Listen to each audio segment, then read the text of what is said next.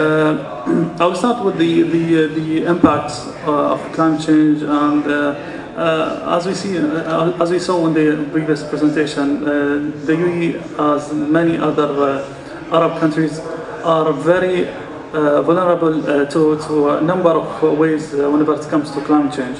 I'll start with the sea level rise, as being mentioned in the previous presentation.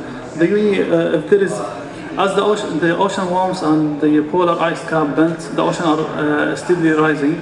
And if there is 1 meter increase in the sea level, that's going to cover almost 1,100 square kilometers of UAE territory, which considered as a high area of our coastal will be underwater if that only 1 meter step raise of the seawater.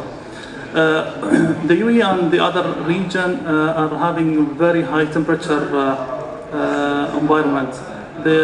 We have extremely hot summers, and the cooling is by far our biggest source of energy demand. So just to ensure that our population are living in a very comfortable way, we have to produce huge amount of cooling to ensure the life is stable.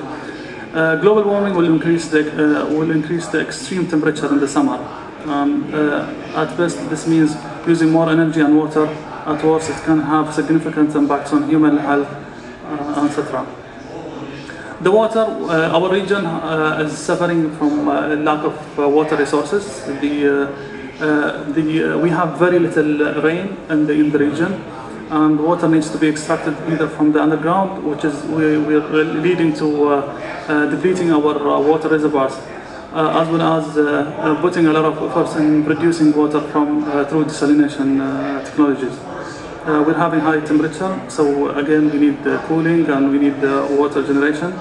And with water resources, we need to avoid any additional stress on our supply. So we have to start thinking about how to use more efficient technologies, which is using less energy, as well as producing more water.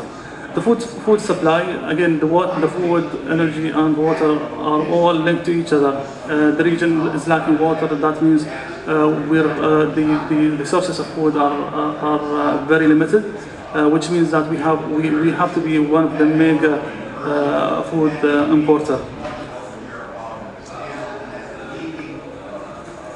Taking these in considerations, there are so many actions have been taken by the UAE, especially to cope with that. And one of them is the renewable energy targets. We have two main targets in the country: the 7% target of renewable in Abu Dhabi Emirates, which is the capital of the United Arab Emirates, and that's to be achieved by 2020. And the other target is 5% in Emirates of Dubai, to be achieved by 2030.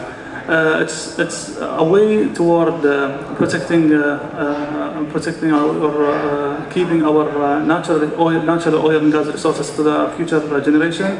Ensure our energy sector is diversified, as well as start thinking about the resources efficiency in this field. The other two.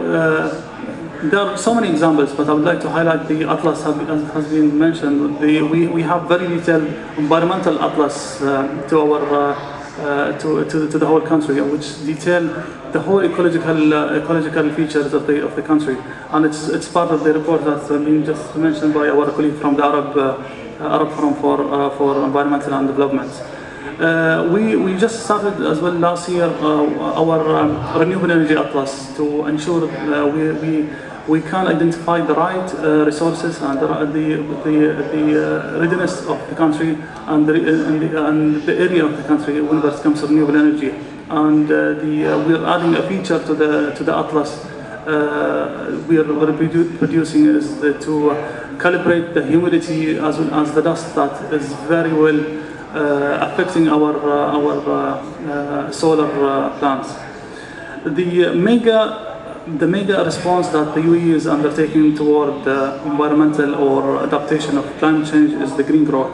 The green growth concept has been launched by our Prime Minister early this year in January to ensure that the UAE is moving ahead with our economical boom, our economical development. At the same time, we will ensure that our resources are very well and efficiently used, as well as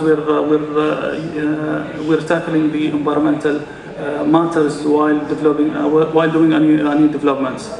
The green growth as a concept is still new to the whole world. However, we're tailoring the concept in a way that's going to foster our economical development.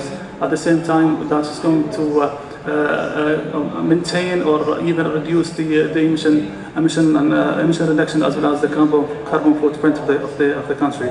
We joined the Global Green Growth Institution, the latest international organization which is based in Seoul, Korea, and the UAE is one of the founders to the institution. We believe in green economy. We know that the green economy is going to be the new tool and the new mechanism toward achieving sustainability, as well as fostering the economic forward.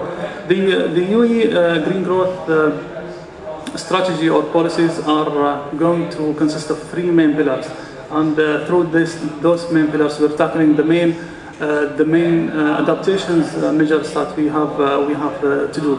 The first one is capacity building. We'd like to ensure that we have very well competent people within the country who are very well educated, as well as who are linked to the international experts who have been working on this field for quite some time.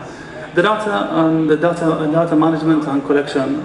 We know that without very proper data and very continuous data collection, as well as monitoring, will not be achieving the right, or will not develop the right strategy, as well as will not be able to maintain this strategy.